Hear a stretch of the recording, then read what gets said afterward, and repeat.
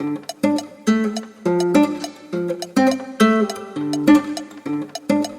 Friends. So video शुरू करते हैं एक बहुत ही बेसिक टर्मिनोलॉजी के साथ, एंड दैट इज़ कम्युनिकेशन। जब भी हम कम्युनिकेशन की बात करते हैं हमें यही लगता है कि इंग्लिश में बात करना ही कम्युनिकेशन है, जबकि ऐसा नहीं है। कम्युनिकेशन का मतलब होता है आप जो कुछ भी बोलना चाह रहे हो वो सामने वाले को कितना इफ़ेक्टिवली समझ में आ रहा है, या आप कितने अच्छे तरीके से अपना मैसेज सामने वाले को डिलीवर कर पा रहे हो। अगर आपने नोटिस किया हो तो लोग अपनी मदर लैंग्वेज में ही सबसे फर्स्ट प्रेफरेंस देते हैं कम्युनिकेशन को, क्योंकि everybody is very much comfortable in their own mother language. So yes, communication is not only related to English.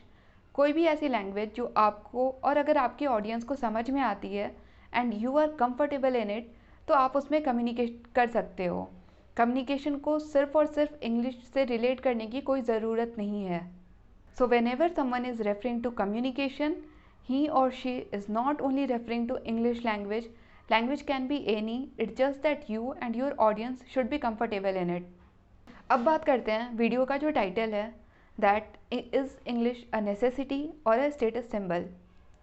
ये टॉपिक मैंने इसलिए चुना क्योंकि आजकल लोग जिस तरीके से इंग्लिश को प्रमोट कर रहे हैं, they are not promoting it as a necessity, they are promoting it as a status symbol. उनको ऐसा लगता है कि दिस इज़ समथिंग जिसको लेके शो ऑफ करना चाहिए, और we have to brag about it. If I am someone who knows how to speak in English, then it's something to brag about it, it's something to show off. English आना, it has never been a status symbol and neither it will be ever in life. It's totally a necessity. If you are someone who is trying to learn English, कभी भी अपना intention ये मत रखना that I have to learn this because I have to show off or I have to brag about it or I have to make it a badge of a status symbol. ऐसा कभी मत करना, क्योंकि बोलते हैं ना, किसी भी चीज़ को सीखने का अगर आपका इंटेंशन अच्छा हो तो ही आप उस चीज़ को अच्छे से सीख पाते हो। अगर इंटेंशन ही गलत है तो ऑब्वियसली आप कभी सीखने पे फोकस नहीं करोगे, आप हमेशा कोई ना कोई शॉर्टकट प्रेफर करोगे।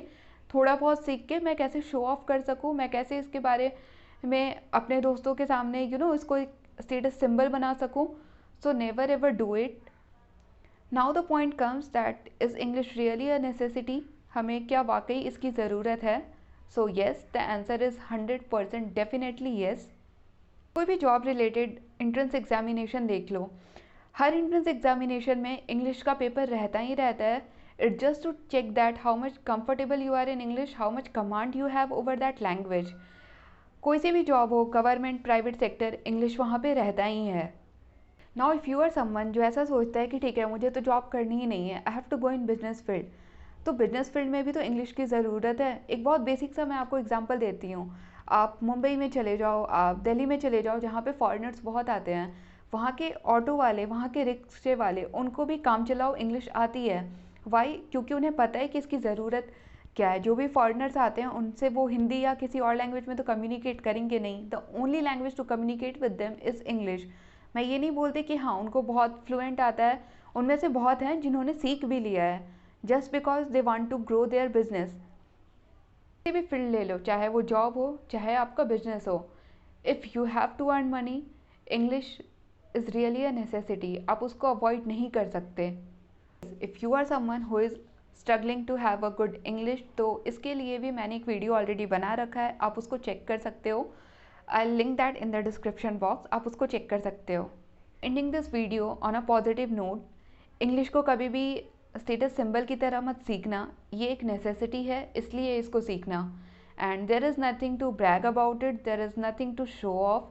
It's just that it's important for your personal growth, and that's why you need to learn it. So friends, see you in the next video. Bye and thank you so much.